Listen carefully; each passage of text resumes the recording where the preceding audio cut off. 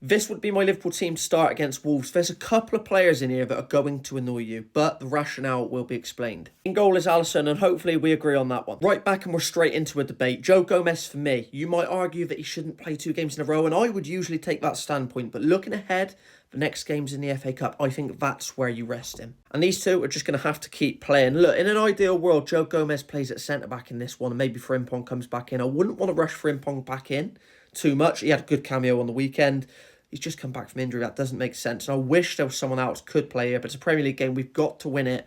These two are going to have to play. Kirkes at left back. Now, ordinarily, this is the sort of game I would have been looking to bring Andy Robertson in for this one. However, given that it's the FA Cup game on the weekend, it makes sense to do the change then. And I'd actually leave it open on the Tuesday night against Galatasaray. By the way, I do a video like this before every match. I make daily Liverpool content. If you enjoy it, hit the plus button, click subscribe. Thanks very much. In midfield, I would continue with the trusted trio, being Szoboszlai, obviously Liverpool's best player, Gravenberch.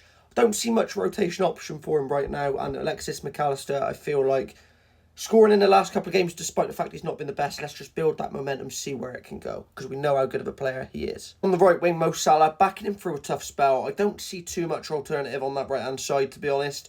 You could play Rio Engamoa there. Chiesa, to be honest, I've kind of written it off. He's just not going to get the chance. The chance was a few months ago. So Mo Salah for me, backing him through a rough patch, because we know what he can do. Hugo Ekitike at striker picks itself. And on the left wing, I've gone with Cody Gakpo. Now, I want to make it clear on this one, I would pick Rio Engamoa on the weekend.